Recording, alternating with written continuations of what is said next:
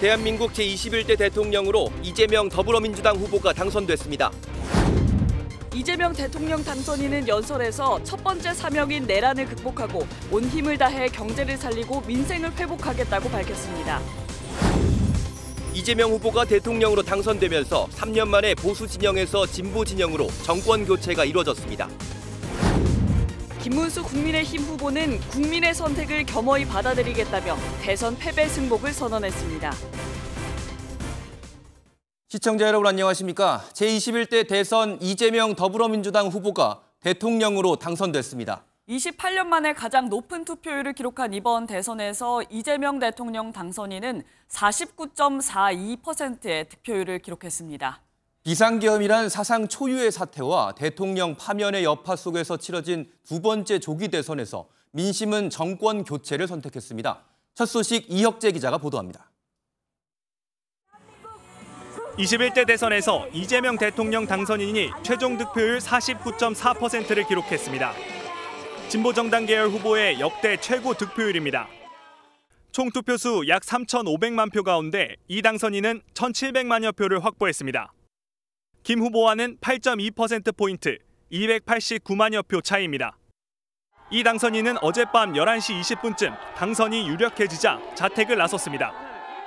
서울 여의도 행사장으로 향한 이 당선인은 지지자들 앞에서 당선 소감을 밝혔습니다.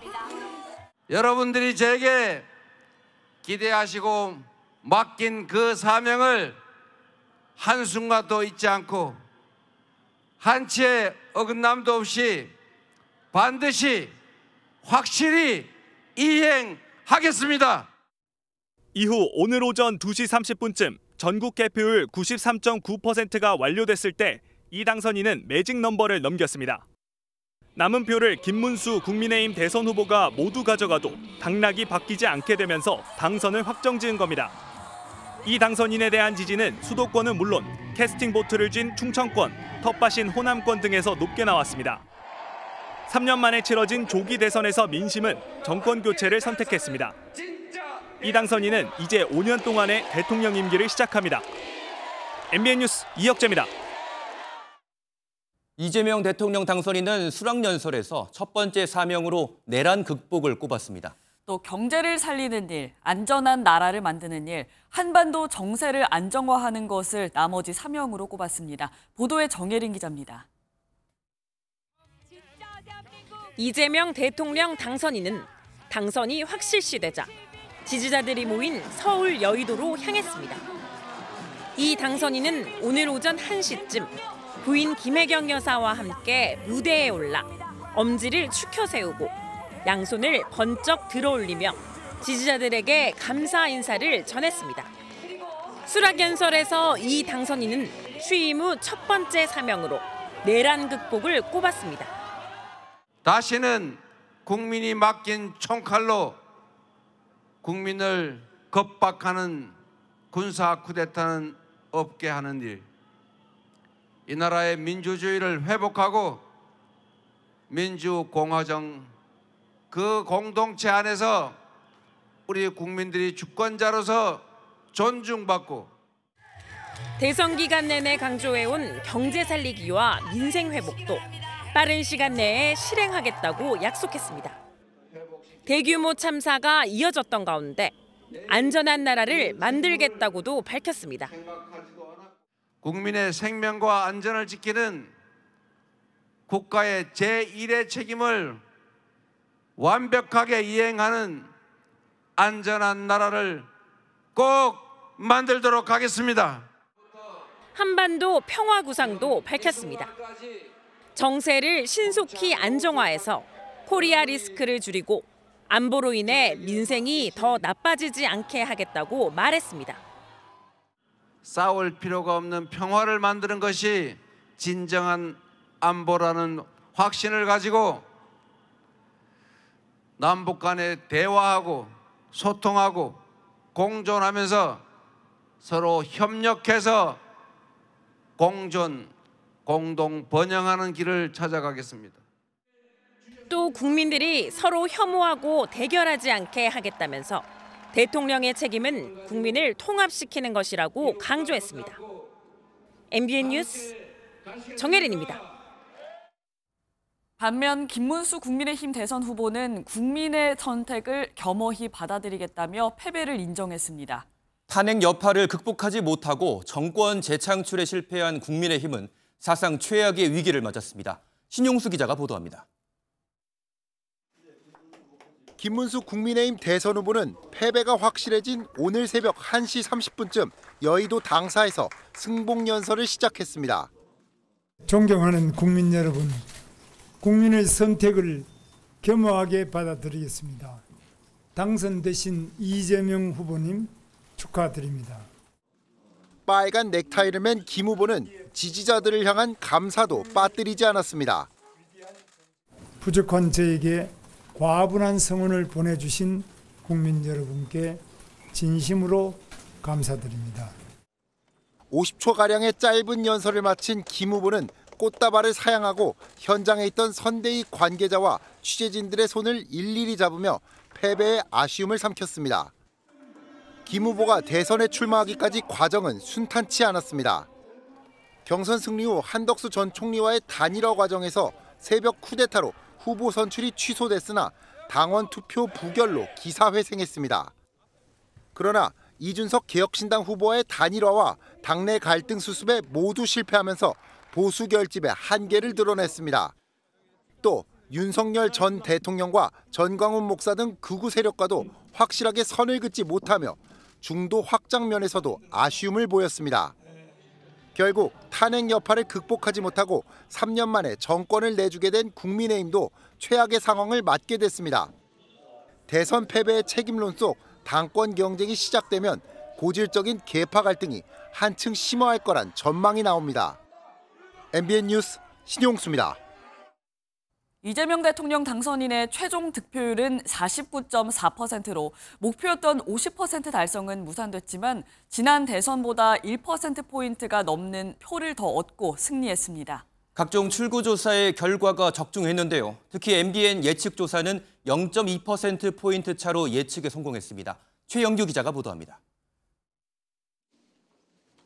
이번 21대 대선 최종 투표율은 28년 만에 가장 높은 79.4%로 집계됐습니다. 오후 8시 이재명 대통령 당선인의 예상 득표율이 50%가 넘는다는 조사 결과에 더불어민주당 상황실에서는 환호성이 터져나왔습니다. 이 당선인의 득표율은 49.4%로 더불어민주당의 목표였던 50%에는 0.6%포인트 모자랐습니다. 다만 3년 전 20대 대선보다는 1.6%포인트를 더 얻어 지난 대선에서 당시 윤석열 국민의힘 대선 후보에게 맛본 패배를 서력했습니다. 특히 MBN 예측조사는 이 당선인의 최종 득표율과 0.2%포인트밖에 차이가 나지 않았습니다. 이재명 더불어민주당 후보가 49.2%, 국민의힘 김문수 후보가 41.7%. 김문수 국민의힘 대선 후보와 이준석 개혁신당 대선 후보의 최종 득표율과도 0.5%포인트 차로 예측에 성공했습니다. 이번 조사는 지난달 31일부터 지난 2일까지 사전투표를 마쳤거나 본투표를 할 유권자들을 대상으로 진행됐는데 전체 40%가 넘는 사전투표자의 여론까지 반영돼 정확도를 높였습니다. MBN 뉴스 최영규입니다. 유권자가 가장 많은 수도권은 물론 3년 전 대선에서 패배를 안겨줬던 서울의 선택도 이번에는 이재명이었습니다. 이재명 대통령 당선인은 캐스팅 보트였던 충청 지역에서도 모두 승리를 가져왔는데요.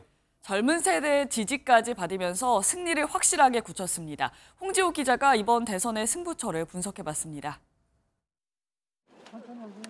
이재명 당선인과 2위인 김문수 후보의 득표 차이는 289만 표였습니다. 전체 유권자의 절반이 넘는 수도권은 이재명을 선택했습니다. 이 당선인의 정치적 고향인 경기도에선 480만 표를 끌어모아 350만 표를 받은 김문수 후보를 압도했습니다. 지난 대선에선 패배했던 서울에서도 3년 만에 승리를 가져왔습니다.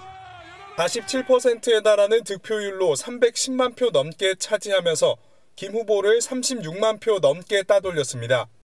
선거 때마다 캐스팅 보트 역할을 해왔던 충청권에서의 승리도 결정적이었습니다. 충청도와 대전, 세종에서 모두 이겼는데 세종에선 김 후보와의 득표율 차이가 22%포인트가 넘을 정도로 큰 차이를 보였습니다. 이 당선인 지지자의 주축인 중장년층도 큰 힘을 보탰습니다. 출구조사를 보면 40대는 72.7%, 50대는 69.8%가 이 당선인을 지지할 정도로 상대 후보들과의 차이가 압도적이었습니다.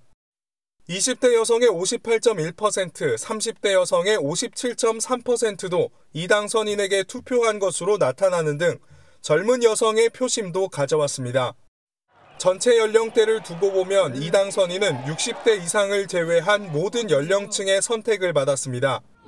텃밭을 사수한 것은 물론 캐스팅 보트에 젊은 표심까지 가져오면서 이 당선인은 3년 전 대선 패배의 아쉬움을 달랠 수 있게 됐습니다. MBN 뉴스 홍지호입니다. 이재명 대통령 당선인은 변방의 장수에서 전국구 정치인으로 우뚝 서면서 그야말로 입지전적인 스토리를 써왔습니다. 국민학교 졸업 후 바로 공장에서 소년공 생활을 했던 아이가 대통령까지 올라갔습니다. 흙수저도 아닌 무수저라는 이재명 당선인의 삶을 주진희 기자가 전해드립니다. 제가 출신이 비천합니다. 비천한 집안이라서 주변은 더러운 게 많이 나옵니다. 진흙 속에서도 꽃이 피잖아요. 안동 산골마을에서 태어난 이재명 당선인은 매일 5km를 걸어 국민학교를 다녀야 했습니다. 국민학교를 졸업하자마자 성남으로 이사를 갔지만 집안 형편은 나아지지 않았고 이재명 당선인은 중학교 대신 공장을 가야 했습니다. 소년공 생활의 시작인 겁니다. 어머니께서 이 화장실에 출근하시기 전에 제 손을 잡고 공장에 바래다 주셨습니다. 낮에 그 오랜 시간 일하시고 나서도 아들이 퇴근할 때까지 기다려 주셨습니다. 낮에는 공장을, 밤에는 학원을 다니며 검정고시를 거쳐 중앙대 법대에 들어가게 됩니다.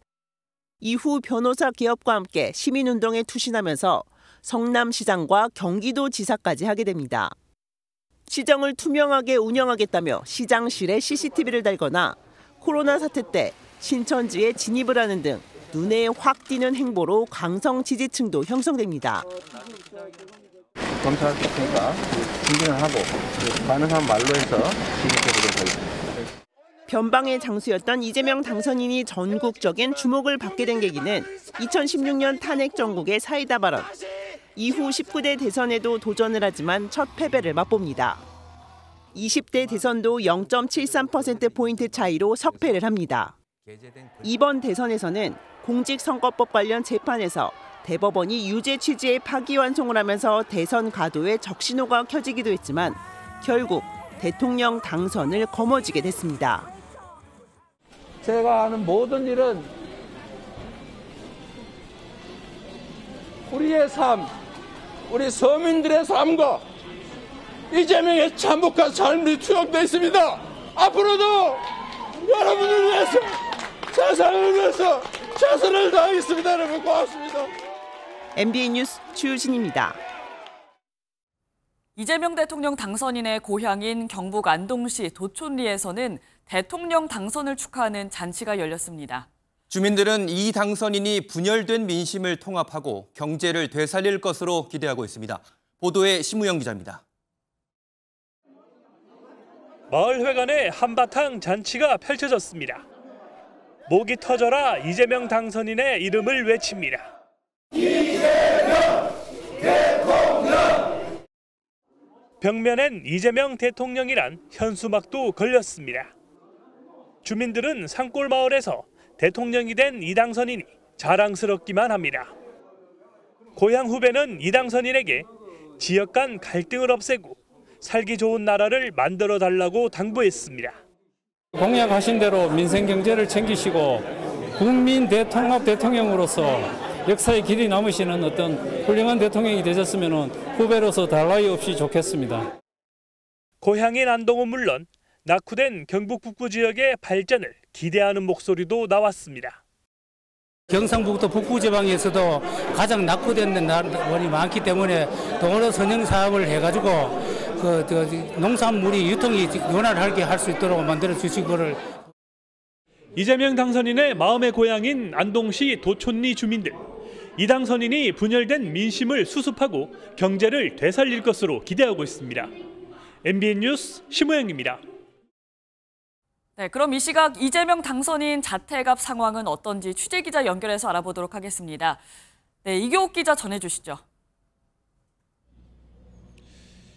예, 저는 지금 인천 계양구에 있는 이재명 대통령 당선인 자택 앞에 나와 있습니다. 어제 자정이 다 된 시각에 이 당선인은 이곳에 몰려든 지지자들에게 감사 인사를 하고 여의도로 떠났었죠. 당시에는 아파트 단지가 가득 찰 정도로 많은 사람들이 몰려들었었는데 이른 아침인 지금은 비교적 한산한 모습입니다.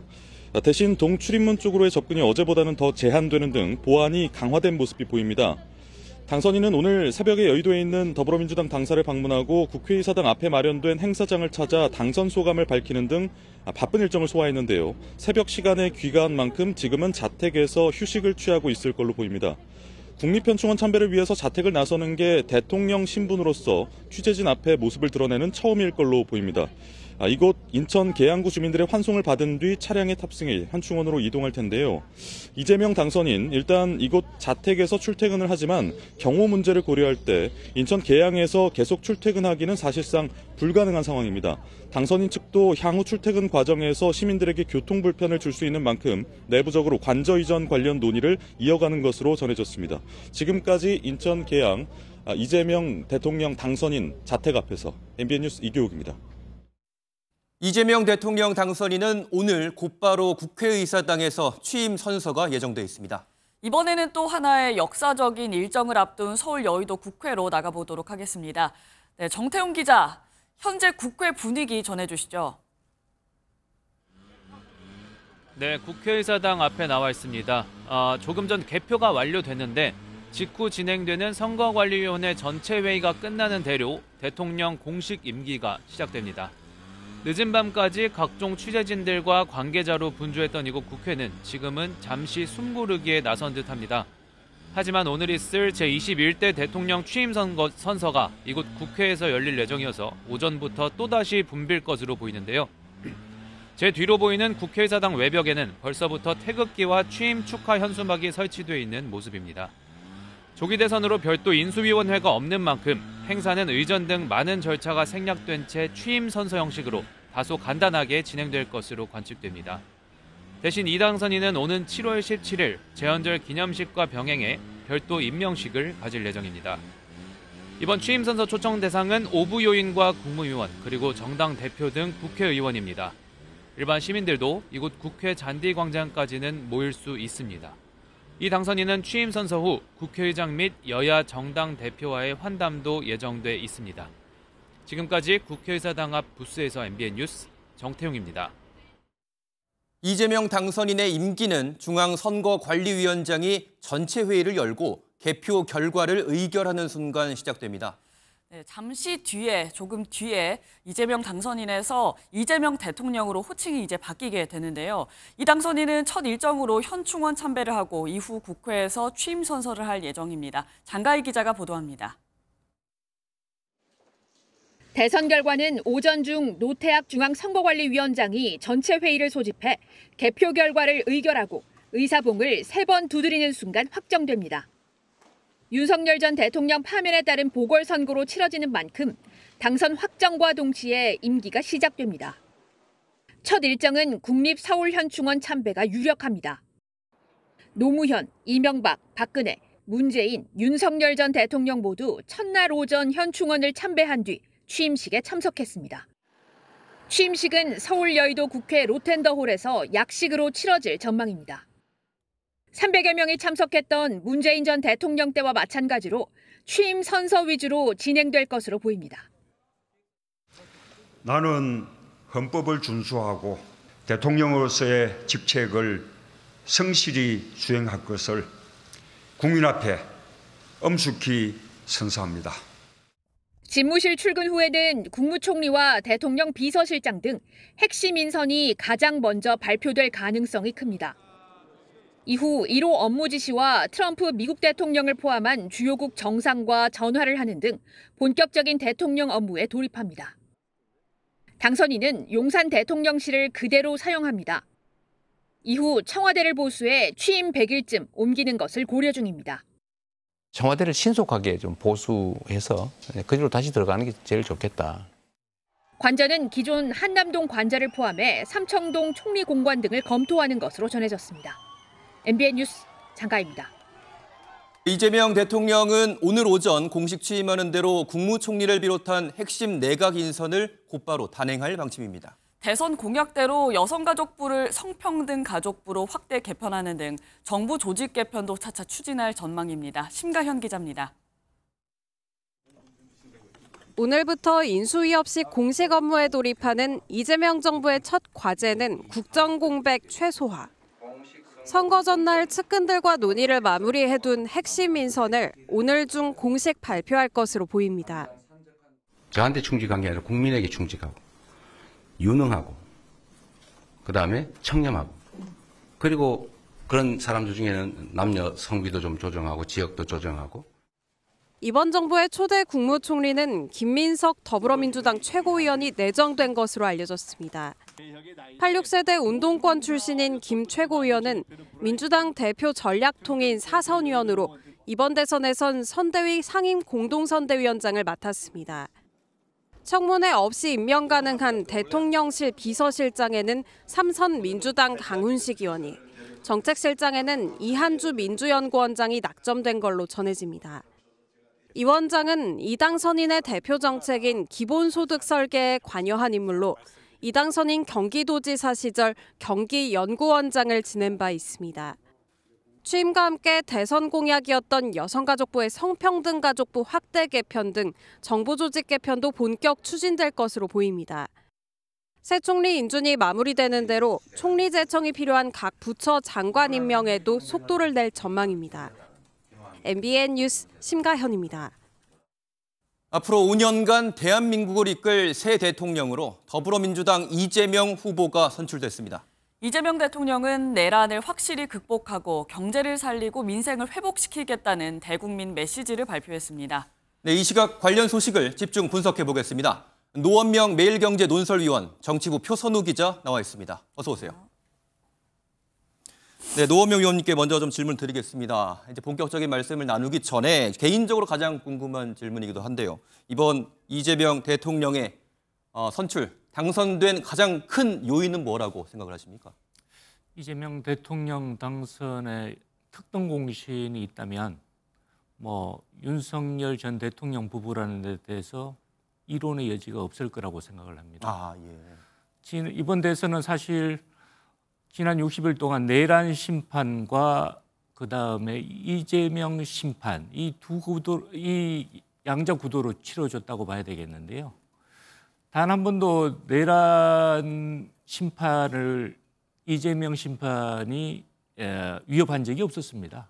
그만큼 이른바 윤건희 부부에 대한 국민적 분노가 비등을 했던 것이고 그에 대한 심판이 이번 선거에 한마디로 얘기하면 그에 대한 심판이었다. 이렇게 얘기할 수 있을 것 같습니다. 국민의힘 입장에서는 사실은 기회가 전혀 없었던 것은 아닌데요.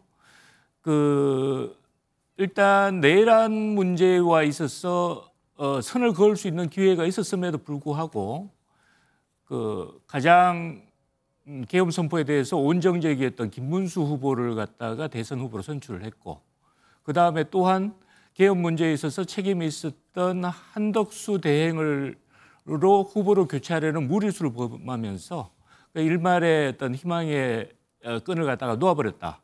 그렇게 볼 수가 있을 것 같습니다. 또한 이른바 이 비판적인 중도층들 입장에서는 결국은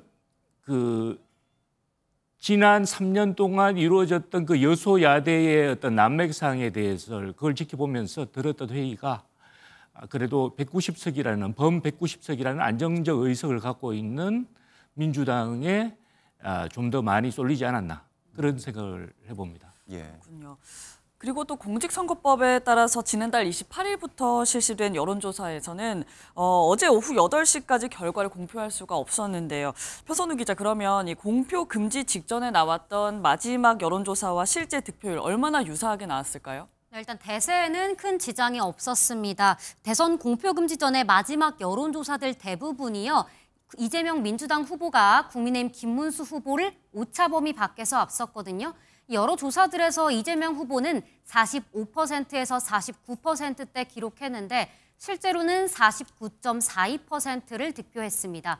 김문수 후보는 36%대를 기록했는데 실제로는 41.15% 기록하면서 예측보다는 조금 높게 나왔고요. 이준석 후보도 9에서 한 10%까지도 기록을 했는데 실제로는 8.34% 정도였습니다. 미세 차이가 있었지만 대세에는 큰 지장이 없었습니다. 네. 그리고 또 이재명 대통령 역대 최다 득표수를 차지했고요. 1위 또 2위 간 270만여 표차를 기록했습니다. 이거 어떻게 해석해야 될까요? 예, 나름대로 저희 국민들이 절묘하게 표배분을 했다, 뭐 그런 느낌이 듭니다. 49.42%니까 사실상 과반이라고 봐도 무방한 득표율인데요. 굉장히 근접한. 이 정도라면은 국정 운영의 정당성을 확보하는 데 있어서 무리가 없을 정도의 득표라고 할 수가 있을 것 같고요. 또한 김문수 후보와 이준석 후보를 합치면은 거의 비슷합니다. 또 49.49%가 나오니까요. 이재명 대통령 득표율과 거의 동일하다고 볼 수 있는 건데 어느 정도의 그래도 균형을 맞춰준 그런 표 선택이 아니었나 그렇게 보여집니다. 예, 표 기자, 그리고 어제 오후 8시였죠. 이제 투표가 끝나자마자 저희 MBN이 이 예측 결과를 먼저 발표를 했었습니다. 근데 이전의 선거들과도 마찬가지로 이번 선거에서도 우리가 아주 쪽집게처럼 잘 맞췄다고 하는데 자세한 이야기 좀 해주시죠. 네, 맞습니다. MBN이요, 방송사 중에 가장 높은 적중률을 기록을 했습니다. 이재명 대통령이 오차 범위 밖에서 승리할 거라고 예측한 건 물론이고요. 최종 득표율과도 거의 유사한 흐름 보였습니다. MBN은 당시 이재명 후보 49.2%, 김문수 후보를 41.7%, 이준석 후보를 7.8%로 예측했는데요. 최종 득표율은 이재명 후보가 49.42%, 김문수 후보가 41.15%, 이준석 후보가 8.34%를 기록했습니다. 특히 이재명, 김문수 후보는요, 소수점을 제외하고는 MBN이 완벽하게 적중했습니다. 그랬군요. 예. 네, 그리고 또 3위를 차지한 이준석 개혁신당 후보 8.34% 득표율을 보였는데 당초 예상에 비하면 어떤 결과가 나왔다고 보시는지 궁금해요. 선거비 전액을 보전받을 수 있는 이 기준에는 크게 미치지 못했거든요. 예, 이준석 후보 같은 경우는 최대 목표가 본인이 제시했던 최대 목표가 15% 득표였던 걸로 기억이 되는데요. 사실은 그거는 쉽지 않은 목표였고 현실적으로는 아마 10%를 달성하는 것이 가장 좋은 성과였을 것입니다. 그런데 약간 못 미쳤죠. 아마 그래서 선거 비용 보전은 한 푼도 못 받게 됐습니다만 그렇다고 해서 이준석 후보가 좀 기대는 못 미쳤지만 그러나 성과가 없었냐 하면 그건 아니라고 생각을 하는 것이요. 이런 미니 정당의 지금 개혁신당의 의석수가 3석인 아주 미니 정당 아닙니까? 이런 미니 정당의 후보가 10%에 육박하는 의미 있는 득표를 한 사례가 없었거든요. 그런 면에서는 이준석 후보가 향후 이제 보수 진영 재편이 어떤 식으로 진행될지는 모르겠습니다만은 거기에 있어서 매우 주도적인 역할을 할 만한 하나의 어떤 근거를 확보했다 이렇게 보여집니다. 그렇죠. 두 자릿수 득표율 달성했으면 이제 절반 정도는 선거 비용을 보전받을 수 있었던 상황인데 그렇지 못했고요. 하지만 또 나름대로 의미는 있었던 이번 선거였다라고 평가를 해주셨습니다. 자, 표 기자에게 또 한번 질문하겠습니다. 당초에 우리 언론들은 그러니까 어제였죠. 자정 12시, 그러니까 밤 12시쯤에 당선인 윤곽이 나올 거라고 예상을 했었는데 그보다는 실제로 좀 더 일찍 이 당선이 유력하다는 분석이 나오기 시작했었습니다. 이렇게 좀 시간이 차이가 났던 이유 어떻게 봐야 될까요? 네, 우선 한 밤 11시쯤에 다다르면서 개표율이 한 30%대를 돌파를 했었거든요. 그랬죠, 이 개표 극초반에 김문수 후보 득표율이 잠깐 앞섰던 것 외에는 개표율 10%대부터는요. 이재명 후보가 줄곧 앞섰고 이제 갈수록 더 차이를 벌리면서요. 생각보다는 유력 결과가 좀 빨리 나온 걸로 보입니다. 예. 이재명 대통령 당시에는 자택에 대기 중이었는데요. 이 유력 분석이 나온 이후에 자정이 될 무렵쯤 자택에서 나와서 시민들에게 인사했고요. 여의도로 향했습니다. 네, 이번에 위원님께 또 여쭤보겠습니다. 이재명 대통령이 어제 이제 당선이 되고 나서 국민들에게 첫 번째 메시지를 내놨습니다. 제가 좀 기억이 나는 건 아무래도 내란 극복을 첫 번째 키워드로 꼽았던 것 같고요. 그리고 민생 안정, 그리고 국민 통합 이렇게 세 가지 키워드가 좀 기억이 남는데 좀 어떻게 의미를 평가하십니까? 이재명 대통령으로서는 이번에 본인이 대통령에 당선된 시대적 소명이 결국은 내란 심판에 있다고 봐야 될 테니까 거기에 대해서 확실한 마무리를 짓겠다는 의지 표명을 하는 것은 당연한 의견 표명이라는 생각이 들고요. 예. 그다음에 사실은 이제 이재명 대통령께서 해야 될 일 중에서 가장 어렵고 또 중대한 과제가 국민 통합이라는 문제가 있을 텐데요. 그렇죠. 이번 대선 과정에서 표출됐던 양진영의 갈등도 굉장히 심각하지 않았습니까? 예.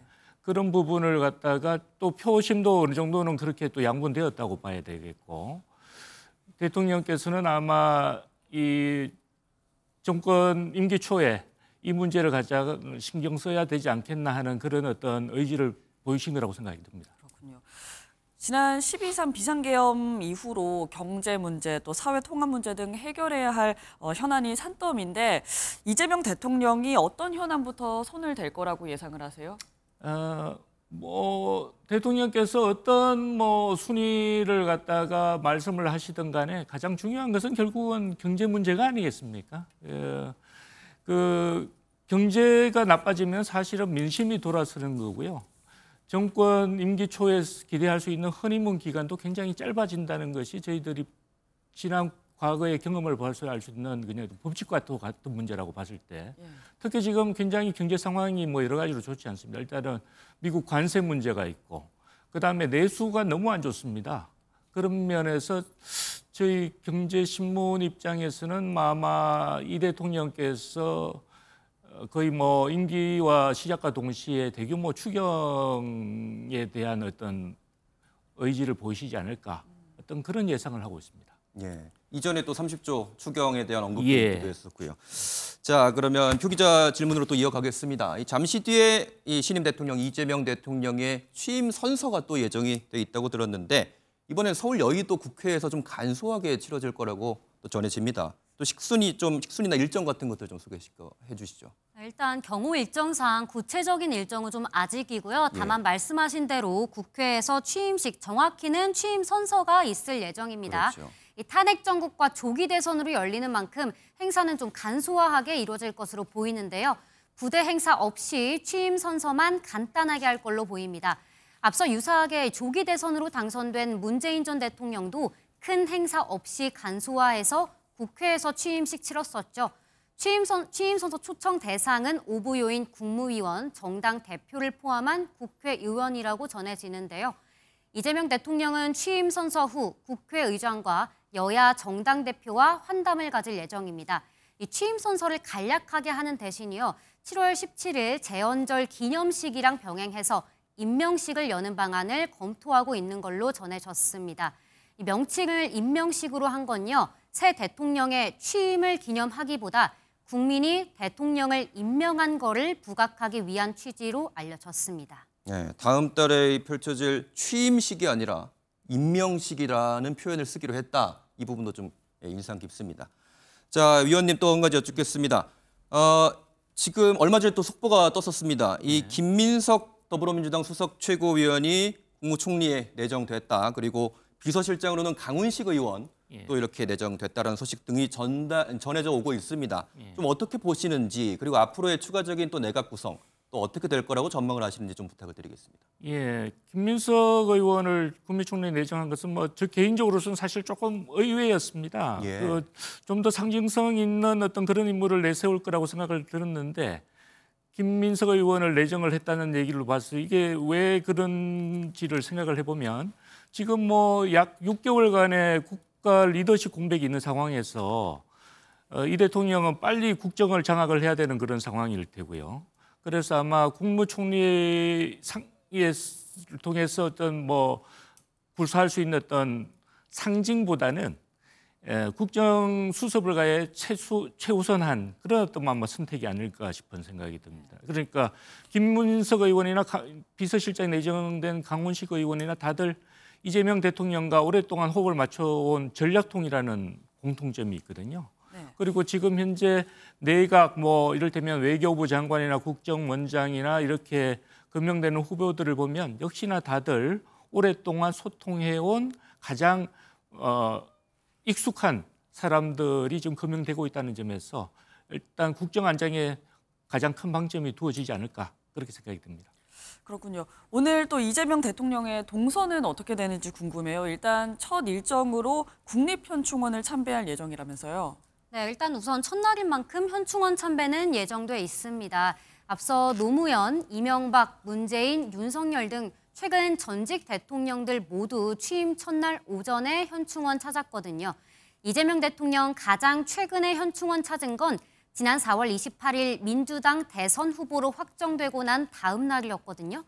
당시엔 민주당 대선 후보로 찾았지만 이제는 대통령 신분으로 찾게 됐습니다. 이후에는 국회에서 앞서 말씀드린 대로 취임 선서를 가질 것으로 보입니다. 예, 우리 노 의원님께 한 가지만 더 마지막으로 여쭙겠습니다. 이번 대선에서도 마찬가지로 이 네거티브 공세가 사실 굉장히 많이 이어졌었습니다. 하지만 결국은 이재명 대통령이 굉장히 큰 격차를 보이면서 대통령으로 당선이 됐거든요. 사법 리스크라든지 아니면 배우자 문제라든지 또 가족 문제들을 또 언급하면서 네거티브 공세가 많이 이루어졌지만 이렇게 큰 득표율 차이로 이재명 대통령이 당선이 된 이유는 조금 더 어떻게 좀 봐야 될까요? 네, 앞서 뭐 한번 언급을 했습니다만은 결국은 이 모든 이슈를 갖다가 다 덮어버릴 만큼 압도적인 12.3 계엄에 대한 심판이었다. 사실은 그거 이상의 이 선거 이슈를 갖다가 없었습니다. 뭐 이를테면 선거 막판에 몰아닥친 그 이슈가 됐던 유시민 씨의 어떤 그런 노동자 비하 발언이나 이런 것이 상당히 뭐 표를 갈갈 먹었을 수도 있습니다만은 그럼에도 불구하고 이 정도의 차이가 나왔다는 것은 12.3 계엄으로 이미 사실은 이번 대선은 이미 사실은 절반점은 정해진 상황에서 출발한 선거가 아니었나 저는 뭐 그렇게 생각하고 있습니다. 네, 워낙 또 큰 이 이슈가 있었기 때문에 다른 이슈들은 많이 덮였을 것이다라고 봐주셨습니다. 네, 알겠습니다. 오늘 말씀 여기까지 듣겠습니다. 노원명 매일경제 논설위원 정치부 표선우 기자와 이야기 나눴습니다. 두 분 고맙습니다. 고맙습니다. 감사합니다. 네, 이번 대선 결과는 향후 한미 관계에도 중요한 변수가 될 것으로 보이는 가운데 미국 백악관 반응도 한번 살펴보겠습니다. 강영구 특파원, 미국 백악관은 이번 대선 결과에 어떤 반응을 좀 보이고 있습니까? 네, 미국 백악관의 공식 반응은 아직 나오지 않았습니다. 곧 나올 것으로 보이는데요. 이 과정에서 조그만 해프닝도 있었습니다. 캐롤라인 레빗 백악관 대변인은 오늘 백악관 브리핑에서 한국 대선 결과에 대한 입장이 있냐는 질문에 그렇다고 미리 준비한 입장이 있다고 답했습니다. 하지만 관련 서류를 찾지 못해 추후 밝히겠다고만 말했습니다. 곧이어 진행된 국무부 브리핑에서도 태미 브루스 국무부 대변인은 당선 인증을 기다리고 있다며 최종 인증이 나오는 대로 성명을 발표하겠다고 말했습니다. 네, 그렇다면 이 미국 주요 언론들의 반응도 좀 전해주시죠. 네, 미국 주요 언론들은 대선 이후 전개될 한미 관계에 주로 초점을 맞췄습니다. 뉴욕타임스는 이재명 대통령이 최근 수십 년간 가장 강력한 권력을 가진 한국 대통령이 될 것이라면서 트럼프 행정부와의 협상 등 취임부터 힘든 시기에 직면해 있다고 분석했습니다. 월스트리트 저널은 이재명 대통령이 중국과 미국 간 균형 외교를 원하고 있다면서 이 같은 변화가 트럼프 대통령의 중국 견제 정책을 복잡하게 만들 가능성이 있다고 분석했습니다. 그러면서도 이재명 대통령이 후보 시절 한미동맹 강화와 일본과의 협력 등 전임 정부의 외교정책 기조를 일부 계승하겠다고 공약한 점을 소개했습니다. 네, 그렇다면 향후 한미 관계에 대한 전망도 좀 전해주시죠. 네, 말씀하신 대로 이 외교 안보 분야에서 통상 분야까지 중대한 시기입니다. 당장 트럼프 대통령의 관세 폭탄과 방위비 증액 압박, 그리고 주한미군 감축 가능성이라는 중대한 과제에 직면해 있습니다. 특히 미국은 중국 견제를 강화하며 한국을 향해서 미국과 중국 사이에 확실한 노선을 선택하도록 압박할 가능성이 큽니다. 또 무역 협상을 놓고도 미국 현지 시각으로 내일까지 모든 국가에게 최상의 제안을 제시하라고 요구한 상황입니다. 이에 따라 오늘 내일 중으로 있을 것으로 보이는 한미 정상 간의 첫 통화, 그리고 실제 두 정상이 마주하는 정상회담에 따라 향후 한미 관계 향방이 결정될 전망입니다. 지금까지 워싱턴에서 전해드렸습니다. 미국뿐만 아니라 전 세계 주요 외신도 이재명 대통령 당선 소식을 긴급 뉴스로 보도했습니다. 일본과 중국은 이재명 당선인의 외교 정책에 주목했고, 유럽 언론은 이 당선인의 당선 배경과 정책 방향성에 대한 분석을 앞다퉈 내놨습니다. 박규원 기자가 전해드립니다. 일본과 중국, 유럽 등 주요 외신들은 이재명 대통령의 당선 확정 소식을 긴급 속보로 전했습니다. 인접 국가인 일본과 중국은 이 대통령의 실용 외교에 주목했습니다. 일본 교도통신은 이 대통령이 한일 협력에 의욕적이지만 지지 기반은 일본의 엄격한 태도를 보이고 있다며 양국 관계를 전망하기 어렵다고 평가했습니다. 중국의 한 관영 매체는 이 대통령이 중국과의 관계 회복을 위해 노력할 가능성이 있다고 봤습니다. 이 매체는 윤석열 전 대통령 재임 기간 한중 관계가 최악으로 치달았다며 균형 잡힌 대중 정책을 기대한다고 밝혔습니다. 유럽 언론들은 이 대통령의 당선 배경과 향후 정책 방향에 대한 분석을 내놓았습니다. 영국 일간지 가디언은 이 대통령이 윤석열 전 대통령의 계엄령에 따른 대중의 분노의 물결을 탔다고 보도했고, 독일 매체 역시 이 대통령이 한국의 저조한 경제 성장에 대해 어떤 대책을 내놓을지 주목된다고 밝혔습니다. 3년 만에 정권 교체가 이루어진 대한민국이 앞으로 어떤 외교 정책을 펼쳐나갈지 전 세계가 주목하고 있습니다. MBN 뉴스 박규원입니다. 어제 있었던 사건 사고 소식도 전해드리겠습니다. 어제 오전 서울 중구의 한 봉제 공장에서 불이 나 60대 여성 1명이 숨졌고 60대 남성 1명이 전신 화상을 입는 등 5명이 다쳤습니다. 경찰은 공장 사장과 직원이 임금 체불 문제로 다투고 누군가 신호로 불을 냈다는 목격자 진술을 확보하고 정확한 사건 경위를 조사하고 있습니다. 최민성 기자의 보도입니다. 건물 2층에서 회색 연기가 피어오르고 이를 본 시민들이 다급하게 119에 신고합니다.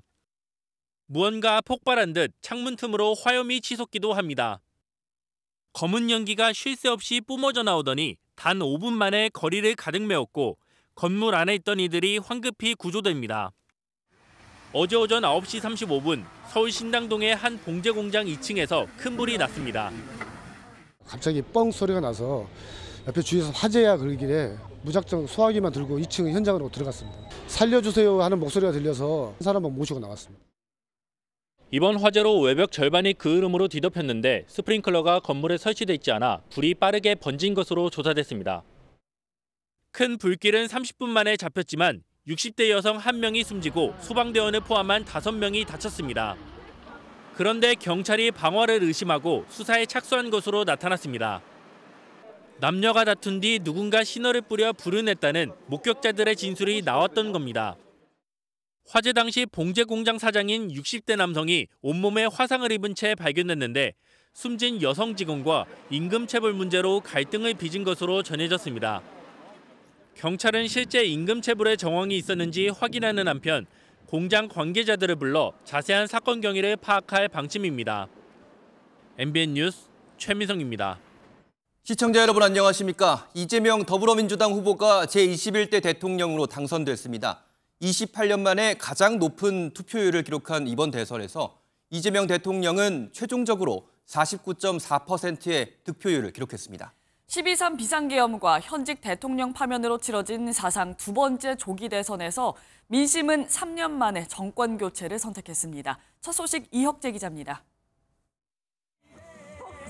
21대 대선에서 이재명 대통령이 최종 득표율 49.4%를 기록했습니다. 진보정당 계열 후보의 역대 최고 득표율입니다. 총 투표수 약 3,500만 표 가운데 이 대통령은 1,700만여 표를 확보했습니다. 김 후보와는 8.2%포인트, 289만여 표 차이입니다. 이 대통령은 어젯밤 11시 20분쯤 당선이 유력해지자 자택을 나섰습니다. 서울 여의도 행사장으로 향한 이 대통령은 지지자들 앞에서 당선 소감을 밝혔습니다. 여러분들이 제게 기대하시고 맡긴 그 사명을 한순간도 잊지 않고 한치의 어긋남도 없이 반드시 확실히 이행하겠습니다. 이후 오늘 오전 2시 30분쯤 전국 개표율 93.9%가 완료됐을 때 이 대통령은 매직 넘버를 넘겼습니다. 남은 표를 김문수 국민의힘 대선 후보가 모두 가져가도 당락이 바뀌지 않게 되면서 당선을 확정지은 겁니다. 이 대통령에 대한 지지는 수도권은 물론 캐스팅 보트를 쥔 충청권, 텃밭인 호남권 등에서 높게 나왔습니다. 3년 만에 치러진 조기 대선에서 민심은 정권 교체를 선택했습니다. 이 대통령은 이제 5년 동안의 임기를 시작합니다. MBN 뉴스 이혁재입니다. 이재명 대통령은 수락연설에서 첫 번째 사명으로 내란 극복을 꼽았습니다. 또 경제를 살리는 일, 안전한 나라를 만드는 일, 한반도 정세를 안정화하는 것을 나머지 사명으로 꼽았습니다. 정혜린 기자가 보도합니다.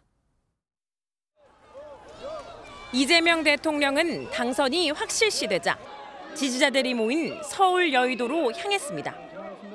이 대통령은 오늘 오전 1시쯤 부인 김혜경 여사와 함께 무대에 올라 엄지를 축혀 세우고 양손을 번쩍 들어올리며 지지자들에게 감사 인사를 전했습니다. 수락연설에서 이 대통령은 취임 후 첫 번째 사명으로 내란 극복을 꼽았습니다.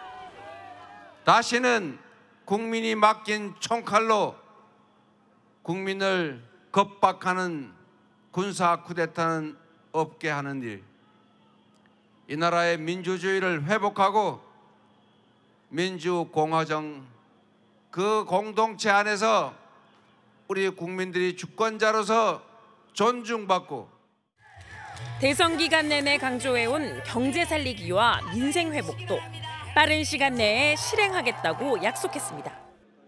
대규모 참사가 이어졌던 가운데 안전한 나라를 만들겠다고도 밝혔습니다.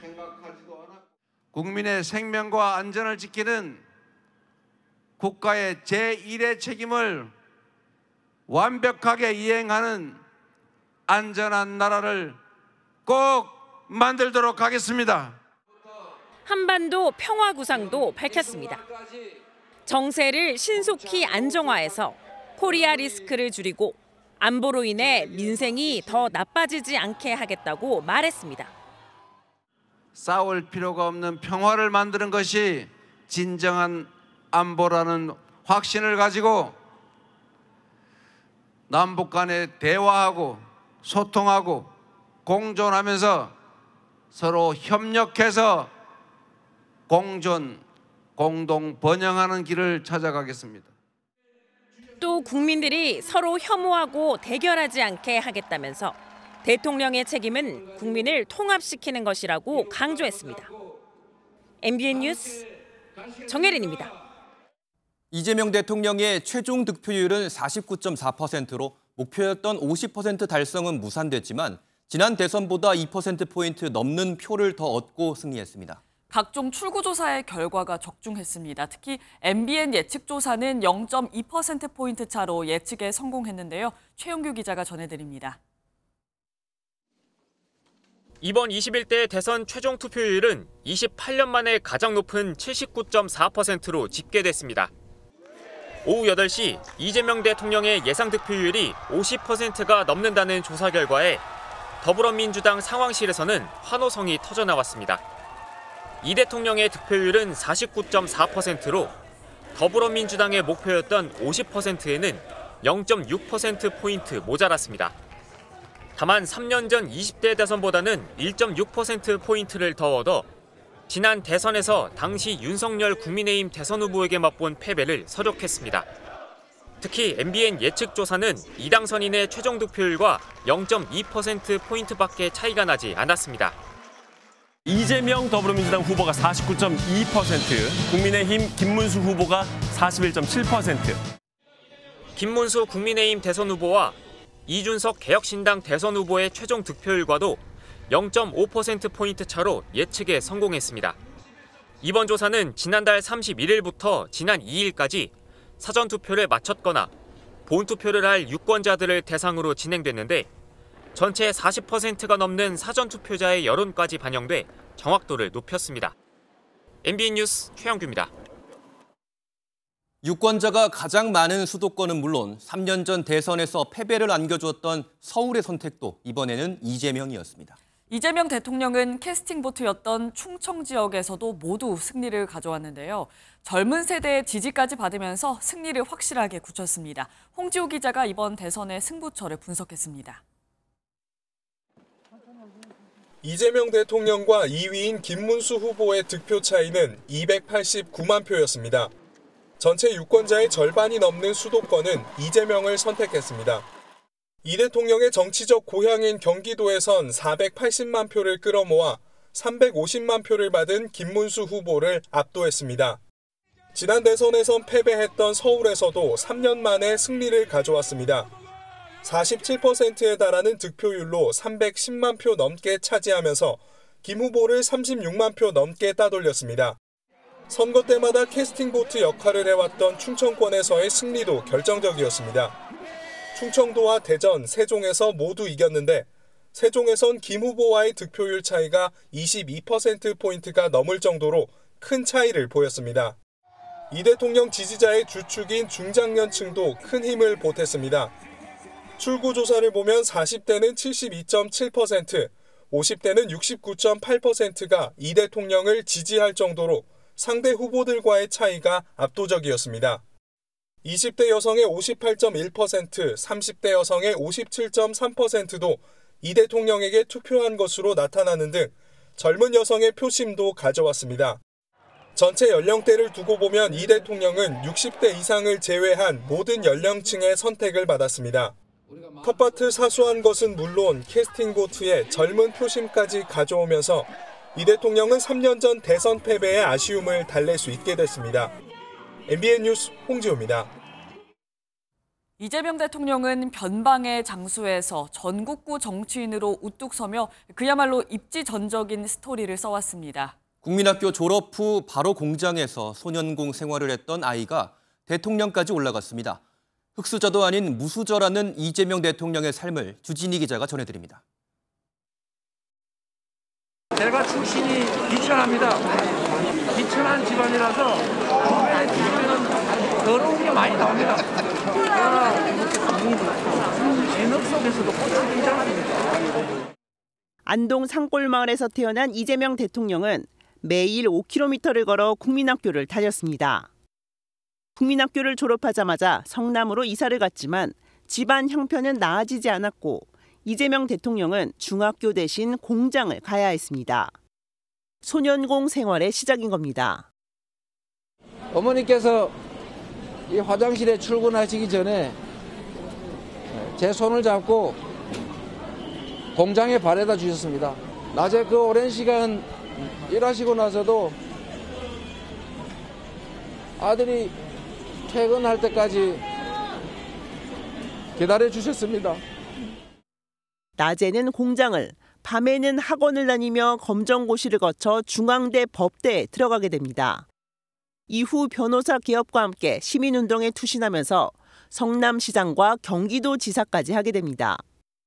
시정을 투명하게 운영하겠다며 시장실에 CCTV를 달거나 코로나 사태 때 신천지에 진입을 하는 등 눈에 확 띄는 행보로 강성 지지층도 형성됩니다. 검찰 특혜가 준비를 하고 가능한 말로 해서 진입해보도록 하겠습니다. 변방의 장수였던 이재명 대통령이 전국적인 주목을 받게 된 계기는 2016년 탄핵 정국의 사이다 발언. 이후 19대 대선에 도전하지만 첫 패배를 맛봅니다. 20대 대선도 0.73%포인트 차이로 석패를 합니다. 이번 대선에서는 공직선거법 관련 재판에서 대법원이 유죄 취지의 파기환송을 하면서 대선 가도에 적신호가 켜지기도 했지만 결국 대통령 당선을 거머쥐게 됐습니다. 제가 하는 모든 일은 우리의 삶, 우리 서민들의 삶과 이재명의 참혹한 삶이 투영되어 있습니다. 앞으로도 여러분을 위해서, 세상을 위해서 최선을 다하겠습니다. 여러분 고맙습니다. MBN 뉴스 주유진입니다. 그럼 이 시각 이재명 대통령 자택 앞 상황은 어떤지 취재기자 연결해서 알아보겠습니다. 이규욱 기자 전해주시죠. 네, 저는 지금 인천 계양구에 있는 이재명 대통령 자택 앞에 나와 있습니다. 어제 자정이 다 된 시각 이 대통령은 이곳 자택 앞에서 지지자들에게 감사 인사를 전하고 여의도로 향했었죠. 당시에는 이곳 아파트 단지가 지지자들로 가득 찰 정도로 많은 인파가 몰려들었었는데 지금은 이른 시간이라 그런지 비교적 한산한 모습입니다. 이 대통령은 오늘 새벽에 여의도에 있는 더불어민주당 당사를 방문하고 국회의사당 앞에 마련된 행사장을 찾아 당선 소감을 밝히는 등 바쁜 일정을 소화했는데요. 새벽 시간에 귀가한 만큼 자택에서 휴식을 취한 뒤 군 통수권 이양 관련 보고를 받는 등 대통령 임기 시작과 관련한 업무를 진행할 걸로 보입니다. 잠시 후 국립현충원 참배를 위해서 자택을 나서는 게 대통령 신분으로서는 취재진 앞에 모습을 드러내는 처음일 텐데요. 이곳 인천 계양구 주민들의 환송을 받은 뒤 차량에 탑승해 현충원으로 이동할 걸로 보입니다. 이 대통령은 일단 이곳 자택에서 출퇴근을 할 걸로 보이지만 경호 문제를 고려할 때 계양 사저에서 계속 출퇴근하기는 사실상 불가능한 상황인데요. 대통령 측도 향후 출퇴근 과정에서 시민들에게 교통 불편을 줄 수 있는 만큼 내부적으로 관저 이전 관련 논의를 이어가는 것으로 전해졌습니다. 지금까지 인천 계양 이재명 대통령 자택 앞에서 MBN 뉴스 이규욱입니다. 이재명 대통령은 오늘 곧바로 국회의사당에서 취임 선서가 예정돼 있습니다. 이번에는 또 하나의 역사적인 일정을 앞둔 서울 여의도 국회로 가보겠습니다. 정태훈 기자, 현장 국회 분위기 전해주시죠. 네, 국회의사당 앞에 나와 있습니다. 중앙선거관리위원회는 개표가 완료된 직후인 오전 6시쯤 전체위원회를 열어 이재명 후보를 대통령 당선인으로 공식 확정했습니다. 이에 따라 오전 6시 21분부로 대통령의 공식 임기가 시작됐습니다. 늦은 밤까지 각종 취재진과 관계자들로 분주했던 이곳 국회는 지금은 잠시 숨고르기에 나선 듯한데요. 하지만 오늘 오전 6시에 있을 제21대 대통령 취임 선서가 이곳 국회에서 열릴 예정이어서 조금 뒤부터 또다시 붐빌 것으로 보입니다. 제 뒤로 보이는 국회의사당 외벽에는 벌써부터 태극기와 취임 축하 현수막이 설치되어 있는 모습입니다. 조기 대선으로 별도 인수위원회가 없는 만큼 행사는 의전 등 많은 절차가 생략된 채 취임 선서 형식으로 다소 간단하게 진행될 것으로 관측됩니다. 대신 이 당선인은 오는 7월 17일 제헌절 기념식과 병행해 별도 임명식을 가질 예정입니다. 취임 선서 초청 대상은 5부 요인과 국무위원 그리고 정당 대표 등 국회의원입니다. 일반 시민들도 이곳 국회 잔디광장까지는 모일 수 있습니다. 이 당선인은 취임 선서 후 국회의장 및 여야 정당 대표와의 환담도 예정돼 있습니다. 지금까지 국회의사당 앞 부스에서 MBN 뉴스 정태웅입니다. 이재명 대통령은 오늘 오전 공식 취임하는 대로 국무총리를 비롯한 핵심 내각 인선을 곧바로 단행할 방침입니다. 대선 공약대로 여성가족부를 성평등가족부로 확대 개편하는 등 정부 조직 개편도 차차 추진할 전망입니다. 심가연 기자의 보도입니다. 오늘부터 인수위 없이 공식 업무에 돌입하는 이재명 정부의 첫 과제는 국정공백 최소화. 선거 전날 측근들과 논의를 마무리해둔 핵심 인선을 오늘 중 공식 발표할 것으로 보입니다. 저한테 충직한 게 아니라 국민에게 충직하고 유능하고 그다음에 청렴하고 그리고 그런 사람들 중에는 남녀 성비도 좀 조정하고 지역도 조정하고 이번 정부의 초대 국무총리는 김민석 더불어민주당 최고위원이 내정된 것으로 알려졌습니다. 86세대 운동권 출신인 김 최고위원은 민주당 대표 전략통인 사선위원으로 이번 대선에선 선대위 상임 공동선대위원장을 맡았습니다. 청문회 없이 임명 가능한 대통령실 비서실장에는 삼선 민주당 강훈식 의원이, 정책실장에는 이한주 민주연구원장이 낙점된 걸로 전해집니다. 이 원장은 이 대통령의 대표 정책인 기본소득 설계에 관여한 인물로 이 대통령의 경기도지사 시절 경기연구원장을 지낸 바 있습니다. 취임과 함께 대선 공약이었던 여성가족부의 성평등 가족부 확대 개편 등 정부 조직 개편도 본격 추진될 것으로 보입니다. 새 총리 인준이 마무리되는 대로 총리 제청이 필요한 각 부처 장관 임명에도 속도를 낼 전망입니다. MBN 뉴스 심가현입니다.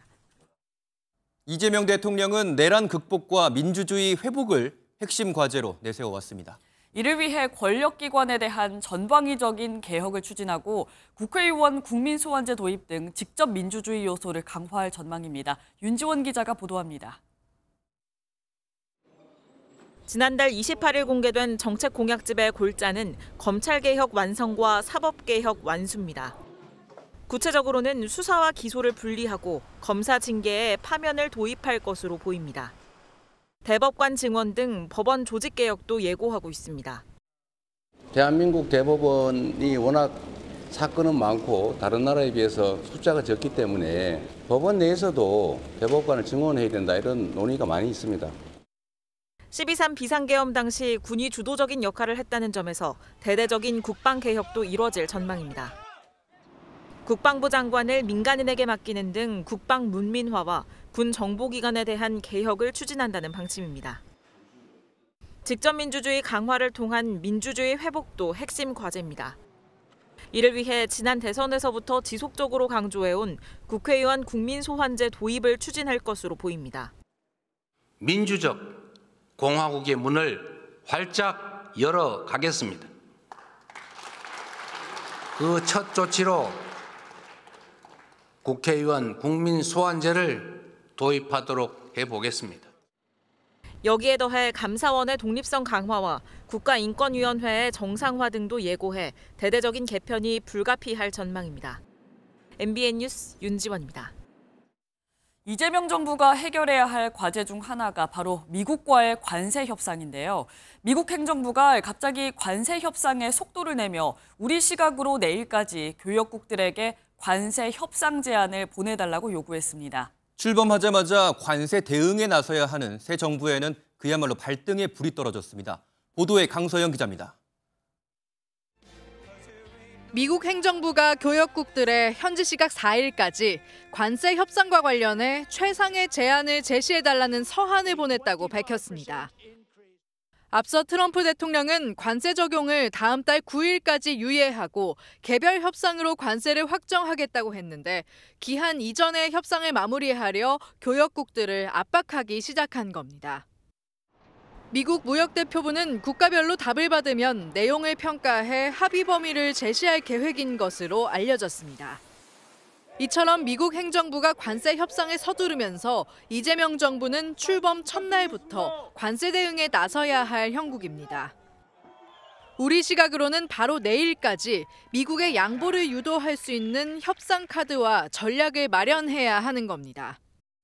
이 대통령은 당선 전 토론회에서 관세 협상을 조기 타결할 필요는 없다며 수출 시장과 품목을 다변화해야 한다고 말한 바 있습니다. 새 정부는 지난 2달 동안 전 정부에서 진행한 협상 경과를 검토하고 전략을 재설정할 것으로 보이는데 앞선 이 대통령의 발언이 대응책에 얼마나 반영될지 관심입니다. MBN 뉴스 강서영입니다. 네, 새롭게 시작될 이재명 정부, 국민 통합과 협치, 경제와 외교까지 앞으로 풀어야 할 과제가 많습니다. 차기 정부의 최우선 과제는 무엇인지 살펴보도록 하겠습니다. 김병호 매일경제 논설위원, 차재원 부산 가톨릭대학교 특임 교수님 모셨습니다. 어서 오십시오. 어서 오세요. 안녕하세요. 어서 오세요. 예, 먼저 우리 김병호 위원님께 질문을 드리겠습니다. 이 본격적인 말씀을 좀 나누기 전에 이번 대선 결과 그리고 1등과 2등의 득표율 차이, 거기서 나타난 민심 좀 어떻게 보십니까? 지금 잠정으로 나온 그 최종 그 투표율이 79.4%. 예. 이것은 1997년에 그 대선 이후 28년 만에 이제 최대라고 합니다. 그렇죠. 그만큼 이제 많은 국민들이 이번 그 선거에 이제 관심을 가졌고 계엄과 어떤 탄핵 그 전국에서 국민이 이걸 갖다가 심판하겠다는 의지가 이제 강했다고 볼 수 있는 거죠. 그리고 이제 둘의 어떤 그 득표율 차이를 보면 한 8% 조금 넘었는데 예, 그렇죠. 이것은 이제 막판 공개된 그 여론조사에서 이제 10% 안쪽으로 나왔거든요. 예. 그거 이제 그대로 이제 따라갔다고 볼 수 있습니다. 마지막에 그 이준석 후보라든지 유시민 작가의 어떤 발언 때문에 김 후보가 득표에 약간 좀 더 호재를 맞을 줄 알았는데 그렇지는 못했던 것 같고요. 이재명 그 당선자, 이재명 대통령으로서는 예. 20대, 50대 연령 모든 50대까지 연령에서 이제 앞섰고 맞습니다. 서울과 수도권, 부산, 영남까지 뭐 좀 고른 득표를 했다. 그런 데 의미가 있고요. 그다음에 득표율이 49.42% 거의 이제 과반에 가까웠던 거거든요. 이것은 이제 앞으로 이제 국정 운영의 어떤 그 정당성에서도 굉장히 의미가 있다고 볼 수 있고 또 한 가지는 예. 이재명 후보가 이제 대통령이 되면은 국회와 정부의 어떤 모든 권력을 갖는 거에 대해서 사실은 우려가 많이 있었는데 유권자들은 그것보다는 계엄과 탄핵이라는 시대착오적인 어떤 계엄으로 빚어진 이런 거에 대한 어떤 그 민주주의 후퇴에 대한 어떤 심판 이것이 더 중요했다고 평가를 했던 것 같습니다. 그렇습니다. 또 교수님, 투표율이 1997년 제15대 대선이 80.7%가 나왔는데 이 이후에 최고치인 79.4%가 나왔습니다. 28년 만에 지금 최고치인데 이 높은 투표율의 이유, 그 배경에는 뭐가 있다고 보시나요? 사실 이번 같은 경우는요. 투표율이 높은 것은 사실 좀 이례적인 측면이 있어요. 왜 그러냐면 사실 우리가 이번 대선 과정을 쭉 지켜보면서 여론조사를 했잖아요. 1, 2와 2가 상당한 차이가 났어요. 이럴 경우에는 유권자들의 입장에서 2위와 3위를 지지하는 지지층 입장에서는 내가 투표해봐도 뭐 크게 바뀔 수 없네 하고 투표율이 떨어지는 게 상례인데 근데 왜 이렇게 높아졌을까? 제가 생각했을 때는 그렇습니다. 지난 12.3 비상계엄과 내란 사태로 인해서 무너진 헌정 질서를 우리 주권자들이 내 한 표를 행사를 해서 무너진 이 헌정 질서를 바로 세워야 되겠다는 그런 뭐랄까요 주권자들의 참여 의지가 가장 강력하게 발동된 것이다. 바로 그 때문에 내란 극복이라는 그 사명을 제일 먼저 1호 공약을 내세웠던 민주당 이재명 후보가 그래서 압도적인 상당히 여유 있는 표차로 당선되는 큰 원인이 아니었나 하는 생각이 듭니다. 예, 이재명 대통령이 당선이 확정된 후에 자택 앞에서 짧은 입장을 밝힌 후에 여의도 행사장에 들어와서 지지자들에게 공식 연설을 했습니다. 일단 영상 준비되어 있는데 보고 오시죠. 여러분이 저에게 맡기신 첫 번째 사명, 내란을 확실히 극복하고 다시는 국민이 맡긴 총칼로 국민을 겁박하는 군사 쿠데타는 없게 하는 일, 그리고 두 번째 여러분이 맡기신 경제를 살리고 민생을 회복시키는 것, 당선자로 확정되는 그 순간부터 온 힘을 다해서 여러분들의 이 고통스러운 삶을 가장 빠른 시간 내에 가장 확실하게 회복시켜 드리도록 하겠습니다. 세 번째, 대한민국 국가가 국민들의 생명과 안전을 책임져야 합니다. 국민의 생명과 안전을 지키는 국가의 제1의 책임을 완벽하게 이행하는 안전한 나라를 꼭 만들도록 하겠습니다. 그리고 네 번째로 평화롭고 공존하는 안정된 한반도를 만들겠습니다. 한반도 정세를 최대한 신속하게 안정화해서 코리아 리스크를 최소화하고 마지막으로 혐오와 대결을 넘어서서 존중하고 공존하고 협력하면서 함께 어우러져 행복하게 살아가는 진정한 공동체, 진짜 이웃으로 함께 살아가는 그런 공동체를 꼭 만들겠습니다. 네, 내란을 극복하고 다시는 군사 쿠데타가 없도록 할 것이라면서 대통령의 책임은 국민 통합이라는 메시지를 내놨습니다. 차 교수님 어떻게 보셨나요? 한마디로 준비된 대통령 다운 메시지를 낸 것이 아닐까라는 생각이 듭니다. 예. 사실 본인이 지금 대통령으로 당선되고 난 뒤에 무엇을 해야 될 것인지 자신에게 주어진 과제를 분명히 인식을 하고 있고 이것을 반드시 해낼 수 있다는 자신감을 국민들에게 보여준 것이 아닐까라는 생각이 들고요. 구체적으로 지금 하나, 둘, 셋, 넷 이 이야기를 다 하잖아요. 네. 첫 번째는 내란 극복, 두 번째는 경제 민생 회복, 세 번째는 국민의 생명과 안전을 지키겠다. 네 번째는 이거 평화롭고 공존하는 한반도. 그리고 다섯 번째는 혐오 편견 없이 어우러지는 공동체라는 이 다섯 가지 과제가 사실은 대한민국이 당면하고 있는 모든 문제를 다 포괄하고 있는 것이거든요. 예. 그런 측면들을 이야기를 하면서 사실은 거의 적석연설에 가까운 것인데 이 형태인데도 불구하고 하나도 빠지지 않고 이야기를 하는 거 보면 상당히 아마 이 자신이 대통령 되고 난 뒤에 어떻게 착착착 국정을 운영해야 되겠다는 나름대로의 마스터 플랜을 딱 갖고 지금 임하고 있는 것이 아닐까. 그런 측면에서 본다고 한다면 국민들 입장에서는 약간 좀 안심이 된다. 뭐 좀 안정감이 생긴다. 이런 느낌이 주는 그런 메시지가 아니었나 하는 생각이 듭니다.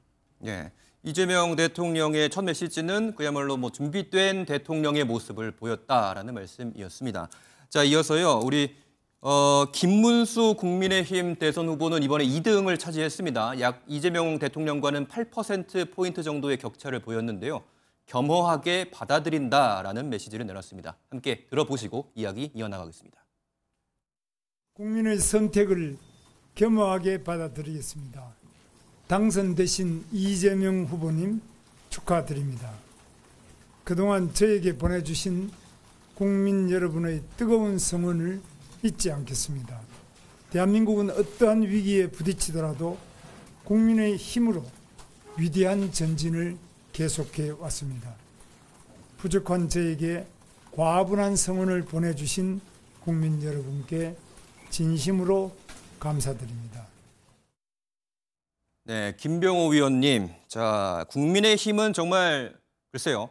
사상 최악의 위기를 맞이했다라는 분석도 나오고 있고요. 정말 그 내부 분위기는 참 좋지 않습니다. 당권 경쟁 그 이야기도 벌써부터 좀 나오고 있거든요. 앞으로 좀 국민의힘 상황 어떻게 전망하십니까? 김문수 후보가 이제 8% 좀 넘게 이제 패배를 했지만은 사실은 한편으로 보면은 그 대통령이 탄핵된 그 정권의 어떤 정당에서 격차율이 그나마 좀 10% 안팎으로 들어왔다는 거는 나름 또 국민의힘에는 조금 긍정적인라고 볼 수 있겠습니다. 예전에 홍준표 자유한국당 후보가 박근혜 대통령 탄핵 이후에 그 선거에 나왔을 때는 사실은 그 득표율이 굉장히 그 차이가 많이 났었거든요. 그렇죠. 나름 이제 선전했다고 봅니다. 하지만은 이제 정권에 어차피 패배를 했기 때문에 당권 경쟁은 이제 가속화될 수밖에 없는데 그 동안에 우리가 그 유세 과정이나 이제 선거 과정을 치르면서도 그 안에서 굉장히 어떤 그 불협화음과 당내 투쟁이 많지 않았습니까? 그렇죠. 단일화 문제도 있었고. 네, 단일화 문제도 있었고 하나의 어떤 그 응축되는 그 에너지를 발휘하지 못했는데 앞으로는 결국에는 이 대선의 패배에 대한 어떤 책임 논란 이거에 대해서 어떻게 극복해야 될 것인지 이거에 대해서는 서로의 어떤 생각들이 또 다 다를 수 있기 때문에 서로 어떤 그 심한 어떤 좀 그 논의 과정을 겪어야 되지 않을까 이렇게 생각합니다. 예, 국민의힘은 그야말로 어수선한 상황일 것이기 때문에 그런 내부 분위기를 수습하는 게 가장 최우선적인 과제일 것이다라는 말씀을 들었습니다. 자, 차 교수님 이번에는 여쭤볼 게 있는데 이준석 개혁신당 대선 후보는 이번에 목표로 삼았던 두 자릿수 득표율에는 실패를 했습니다. 앞으로의 좀 상황 어떻게 이어질 거라고 전망을 좀 하십니까? 일단 보수의 그러니까 시드머니가 되겠다. 시드머니를 좀 달라는 이야기를 마지막 연설에서 유시해서 했거든요. 그렇기 때문에 본인의 입장에서는 일단 목표했던 두 자릿수까지는 못 갔지만 그러나 이 어려운 국면에서 완주를 해냈다. 그것도 무엇보다도 지금 국민의힘에서 단일화의 강한 압박 속에서도 자신의 선명한 노선을 유지하면서 완주를 했다는 부분에 있어서는 나름대로의 그러니까 성공을 했다는 뭐 이렇게 자평을 할 수 있을 것 같아요. 그러나 한편으로는 이번 선거 막판에 터져나왔던 이준석 후보의 여성 신체와 관련된 혐오성 발언, 이것이 사실은 엄청난 차충수가 됐거든요. 본인 입장에서는 상당히 좀 욕심이 가해서 그런 실수를 저질렀다고 하긴 합니다만, 제가 생각했을 때는 어떻게 보면 과유불급이 아니라 말 그대로 소탐대실의 그러한 지금 전략 미스였다는 것이죠. 이것은 여전히 이준석 후보가 정치에 있어서 상당히 초보적인 단계에 머무르고 있다는 그러한 이 유권자의 따가운 심판의 결과라는 생각도 들거든요. 그렇기 때문에 한편으로는 성공의 그 가능성도 보이고, 또 한편으로는 여전히 아쉬운 대목도 있기 때문에 이것을 어떻게 지금 잘 복귀를 해서 잘 수습을 하고 이걸 바탕으로 해서 한 번 더 도약을 할 수 있을지 여부는 결국 이준석 후보 자신에게 달려 있는 것이 아닐까라는 생각이 듭니다. 네, 아무래도 TV 토론회에서의 이준석 대선 후보의 발언이 좀 자충수가 됐을 수도 있을 것이다라는 분석을 또 함께 들어봤습니다. 자, 이어서요. 지금 현재 우리나라 경제 상황은 정말 빨간 불이 켜졌다라고 표현해도 과언이 아닐 정도로 상황이 많이 좋지 않습니다. 이재명 대통령은 이번 유세 현장에서도 그랬고 공약으로 내세웠던 것 중에서도 우리 추경도 30조 원 언급을 하는 등 경제 살리기에 가장 최우선으로 착수를 할 거라고 말을 했습니다. 싱크를 먼저 한번 들어보시고 얘기 이어나가겠습니다. 제가 만약 국민의 선택을 받게 된다면 가장 먼저 대통령이 지휘하는 비상경제 대응 TF를 구성할 것입니다. 즉시 실행 가능한 민생경제 대책을 신속히 마련해서 불황과 일전을 치른다는 그런 신념으로 내수 침체에 적극 대응할 것입니다. 작년부터 난리를 쳤는데도 추고도 안 하더라고. 끝까지 반대하더니 선거 막바지 되니까 갑자기 추경 30조 하자고 공약했어요. 30조 한다니까 곧 기본으로 하고 반대 안 하겠죠. 그래고도 반대할 겁니다 아마. 그 이상으로 추경을 신속하게 편성해서 정말 당장 말라 비틀어져 죽는 이 골목 서민경제에 돈이 좀 돌게 숨통이 좀 트이게 하고. 네, 이재명 대통령의 그 과거 발언을 좀 함께 들어봤는데 차 교수님께서는 이 발언 포함해서 앞으로 이재명 대통령이 우리나라 경제를 살리는데 좀 잘 해나갈 것이라고 보십니까? 어떻습니까? 상당히 본인이 말하는 자신감을 지금 피력을 하고 있잖아요. 그리고 지금 이 당장 민생과 경제 회복을 위해서 비상경제 태스크포스 팀을 만든다고 하니까 아마 상당히 이 경제를 최우선적으로 국정과제 1호로 삼지 않을까 하는 생각이 들고요. 그리고 지금 언급했듯이 바로 30조 원 이상의 아마 추경을 바로 실시할 것 같아요. 만약에 이 추경이 바로 실시된다는 것 자체는 한마디로 이야기하면 이재명표 경제가 본격적으로 시동된다고 봐야 되겠죠.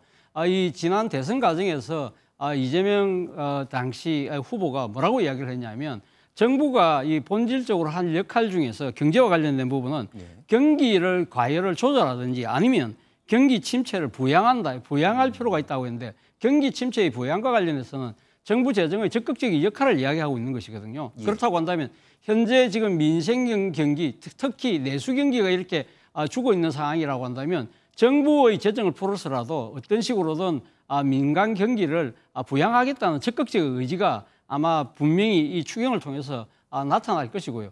이와 관련해서 그럼 야당이 반대할 수 있지 않느냐 우려도 있습니다만 그 이재명 대통령이 다행스럽게도 앞서 잠깐 유세 때도 이야기를 했습니다만 이 선거 막판에 김문수 후보도 내가 집권하면 바로 30조 추경을 하겠다고 했던 만큼 이 30조 추경 문제는 여야 간 원만한 합의 속에서 빨리 지금 이 예산이 꾸려지고 바로 집행이 될 수 있는 그런 상황으로 갈 것 같다는 생각이 듭니다. 30조 추경 원만하게 합의가 돼야 될 것이다. 그리고 합의가 돼야만 한다라는 말씀 들었습니다. 그리고 또 대외적으로는 미국의 보호주의로 수출 중심의 한국 경제가 상당히 어려움을 겪고 있는 상황입니다. 90일간의 관세 유예가 끝나기 전까지 이제 새 정부가 미국과의 협상할 시간이 촉박한 상황인데 미국발 관세 전쟁에 따른 수출 부문의 이제 해법이 좀 필요한 상황이거든요. 위원님 어떻게 보시나요? 네, 지난 4월에 도널드 트럼프 미국 대통령이 국가별 관세를 갖다 발표했을 때 한국은 이제 10%의 기본 관세에다가 15% 이제 그 상호 관세 가지고 25%를 갖다가 이제 부과하기로 했는데 그걸 갖다가 7월 8일까지 그 중에서 그 기본 관세 10%를 제외한 15%에 대해서는 다음 달 8일까지 관세 유예를 이제 하기로 했습니다. 그러고서 그 전까지는 이제 한미가 협의를 통해 가지고 무역 협상을 갖다가 도출해 내기로 일명 우리가 7월 그 패키지라고 하는데요. 그걸 도출해 나기로 했습니다. 근데 그 이재명 그 대통령은 그 후보 시절에 이것이 어떤 7월이면 이제 새 정부가 들어서기 때문에 이 협상을 갖다가 서두를 필요가 없다. 이런 식으로 이제 얘기를 많이 해왔습니다. 근데 당장 지금 이제 정권이 이제 바뀌고서 이제 협상에 들어가야 될 이제 상황에 처했거든요.